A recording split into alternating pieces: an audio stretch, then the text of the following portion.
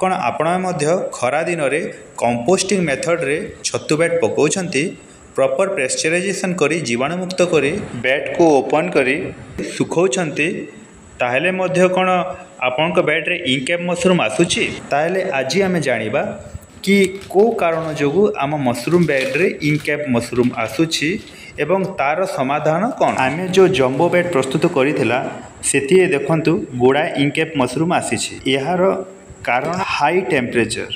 ଆପଣମାନେ ଜାଣିଥିବେ 35 ଡିଗ୍ରୀ ସେଲସିୟସ୍ରୁ କମ୍ ଟେମ୍ପରେଚର୍ ପାଳ ଛତୁ ପାଇଁ ଉପଯୁକ୍ତ ଅଟେ, କିନ୍ତୁ ଖରାଦିନରେ ଟେମ୍ପରେଚର୍ 40 ଡିଗ୍ରୀରୁ ଅଧିକା ହୋଇଥାଏ, ଯେଉଁ କାରଣରୁ ଏହି ଇନକ୍ୟାପ୍ ମସରୁମ୍, ଯାହାକୁ ଗୋବର ଛତୁ ମଧ୍ୟ କୁହାଯାଏ, ତାହା ଅଧିକ ପରିମାଣରେ ଆସିଛି, ଯାହାକି ମସରୁମ୍ର ପ୍ରଡକ୍ସନ୍କୁ କମ୍ କରିଦିଏ। ସେଥିପାଇଁ ଦ୍ୱିତୀୟ ଷ୍ଟେପ୍ଟି ହେଉଛି ଇନକ୍ୟାପ୍ ମସରୁମ୍ ଯାହା ଆମ ମସରୁମ୍ ବେଡ଼୍ରେ ବାହାରିଛି ତାହାକୁ ଆମେ ଫିଙ୍କିଦେବା।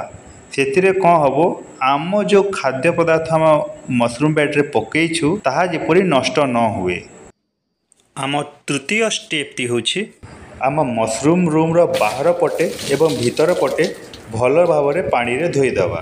ଯେଉଁ କାନ୍ଥରେ ଏବଂ ଛତ ଉପରେ ପାଣି ଦେଇଦେବା, ଯେଉଁଥିରେ କ'ଣ ହେବ, ଧୀରେ ଧୀରେ ମସରୁମ୍ ରୁମ୍ର ଟେମ୍ପରେଚର୍ ଡାଉନ୍ ହେବ।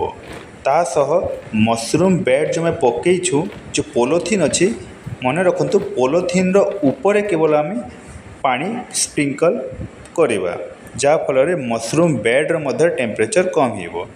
ଯଦି ତାହା ନୁହେଁ ତାହେଲେ ମସରୁମ୍ର ବେଡ଼୍କୁ ଆମେ ଓପନ୍ କରିଦେବା, ଯେପରି ଫ୍ରେଶ୍ ଏୟାର୍ ବାଜିବ ଏବଂ ରୁମ୍, କାହିଁକି ପାଣି ଦ୍ୱାରା ସେଟା ଥଣ୍ଡା ହୋଇସାରିଛି, ତେଣୁ ମସରୁମ୍ର ବେଡ଼୍ ମଧ୍ୟ ଥଣ୍ଡା ହୋଇଯିବ।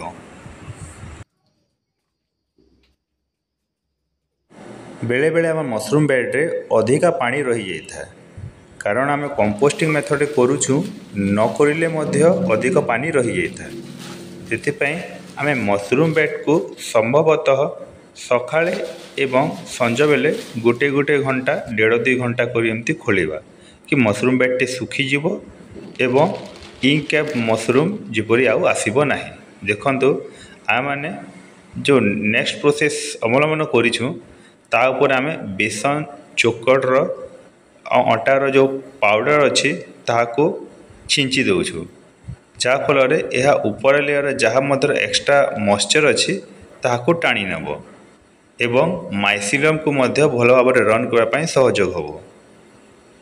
ତାପରେ ଆମେ ପଲିଥିନ୍କୁ ପୁଣି ଥରେ ଘୋଡ଼ାଇ ଦେବା ଏବଂ ଗୋଟେ ଦିନ ପରେ ଦ୍ୱିତୀୟ ଦିନରେ ପୁଣି ଥରେ ଆମେ ଏପରି ଭାବେ ମସରୁମ୍ ବେଡ଼୍ଟିକୁ ଓପନ୍ କରିବା।